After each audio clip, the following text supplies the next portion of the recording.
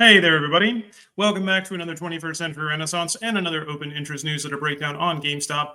I'm your host, Dr. Michael LoPiano, and we are headed into an Independence Day holiday weekend.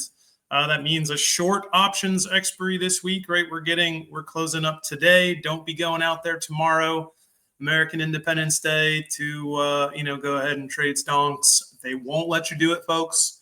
Just giving you a heads up now. So we're going to talk about what's coming up in terms potentially of our price action today, both in GameStop and the broader market, as well as what we can expect coming out of this heading into next week. So just as a reminder, because we do have a short week this week, we are going to do our live stream tonight. So it is going to be at 4 p.m. Eastern time today after market close.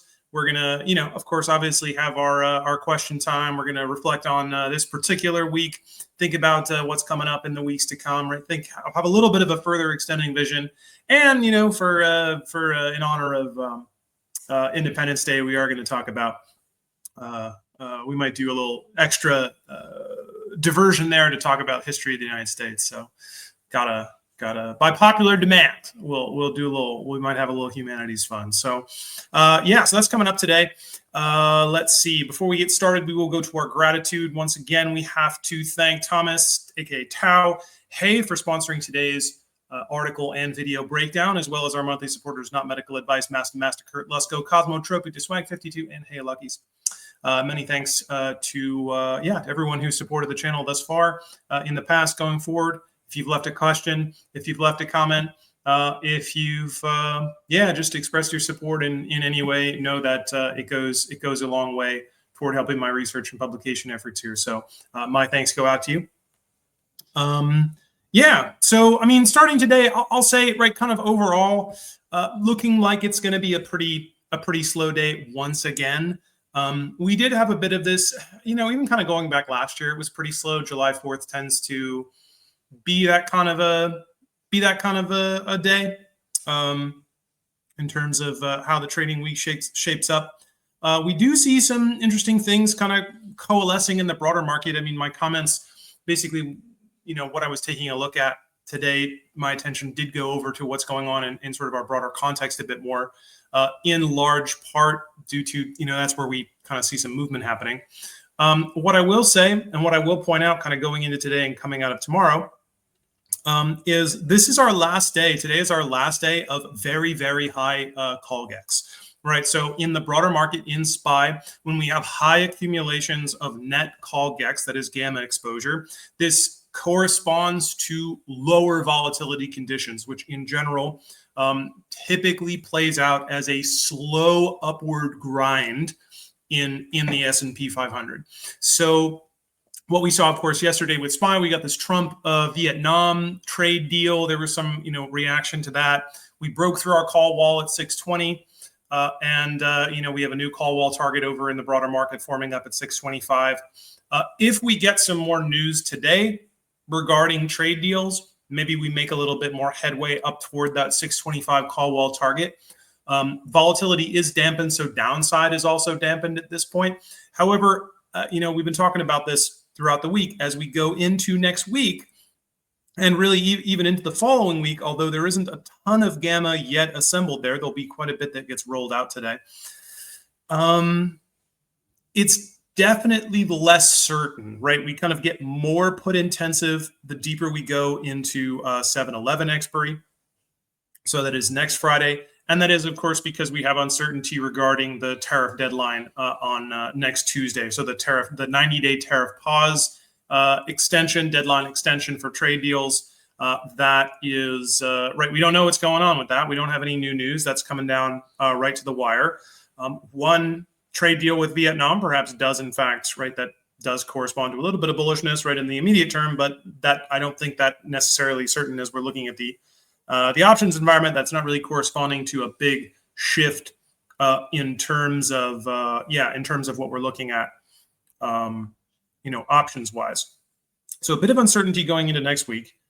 Interestingly, right, as we look farther out, okay, July OPEX definitely still call GEX dominant. Interestingly, though, August not so much, right? So August has a pretty decent net put GEX accumulation. So maybe a little bit of uncertainty, right, is kind of coming around the bend. Maybe we don't have too volatile of a downside move, but I'm very wary of a correction in the broader market. Now, that's not necessarily going to be something bearish for GameStop. In particular, I do have my eyes on what is going on with Bitcoin.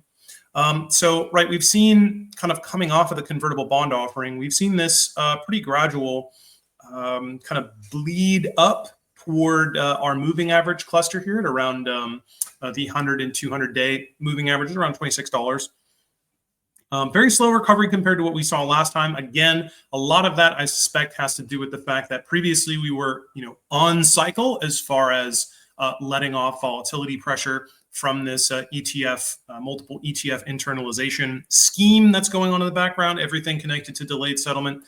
We are off cycle this time. So a large amount of volatility, let's say, that was stored up here that needed to be packed away and sold, didn't have to be packed away. It got sold off very quickly, thanks to the bond offering.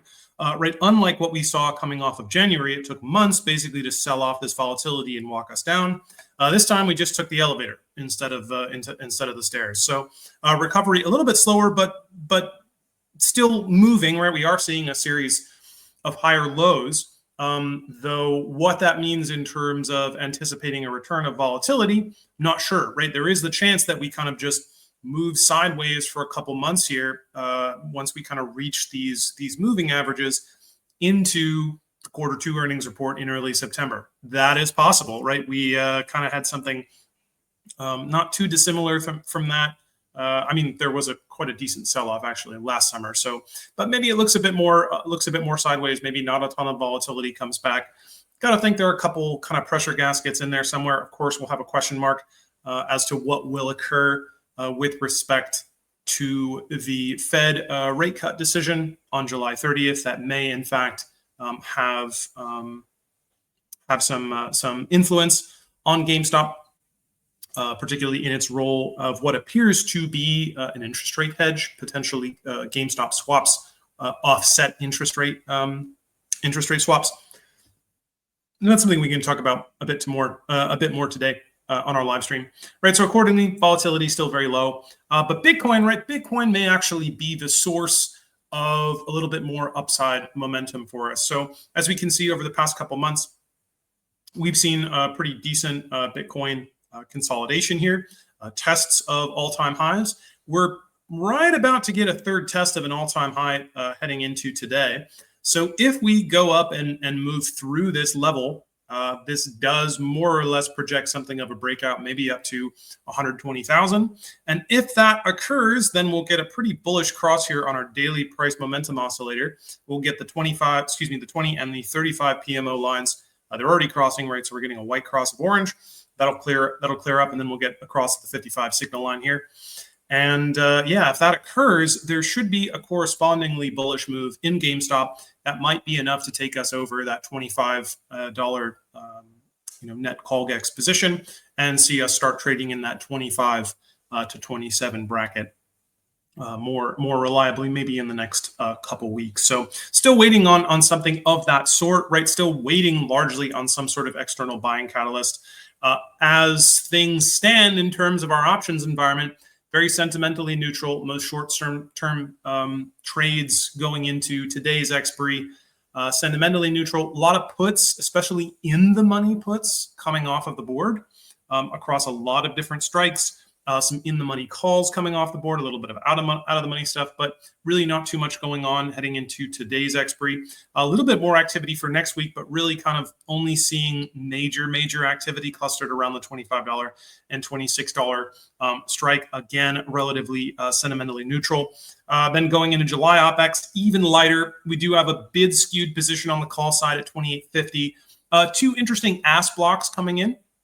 I should say ask blocks. I'll make sure to elocute that a bit more clearly at 24 and 25 going into July OPEX. So definitely some bullish trades there, but again, not really colossal magnitude type trades. But right, this does sort of continue to reflect a kind of slow accumulation, a slow net accumulation of some more distinct bullish trades, I guess, heading into the next couple weeks. But of course, all of this is relative to the fact that we're seeing very, very low volume overall. If you subtract our off-exchange volume, we're trading at about 3 to 3.5 million shares on the lit exchange per day. This is very low. This is basically what we would expect of IV conditions that are this low. Yeah, max pain not really moving, and of course this kind of very, very tight GEX bracket here over in our gamma exposure landscape basically says, yeah, we got a chance if we open up again like we did yesterday, maybe we bounce a little bit in the lower half of this bracket, but by and large, that 24 position is probably going to end up acting quite a bit like a pin, of course, later in the day. And we'll likely be anticipating something like a close of, I don't know, 2390 or 2401 or something like that to keep this stuff essentially valueless, out of the money, something of the sort. Of course, right, if we do get some sort of externality, if, I don't know, for some reason Bitcoin decides to go ahead and do that $120,000 test per coin today, then yeah, we might see a little bit of fireworks in terms of the amount of hedging we could expect take place. We'll see we'll see volatility spike a little bit as a result. But basically, not really holding my breath for something like that. Basically, still maintaining a pretty conservative outlook here. So slow week once again. Heading into a short week, heading into a holiday weekend, but very much looking forward to kicking that off with everyone watching and listening at 4 p.m. Eastern time today for our live stream. We'll break down some of these additional concepts. Yeah, we might start off with some of the discussions about interest rate swaps once again. So we'll talk about this, celebrate the independence of the United States, and get started on a enjoyable holiday weekend. So thanks very much, everyone, for watching, listening, and we will see you just a few hours from now at the end of our trading day. Thanks so much. Take care.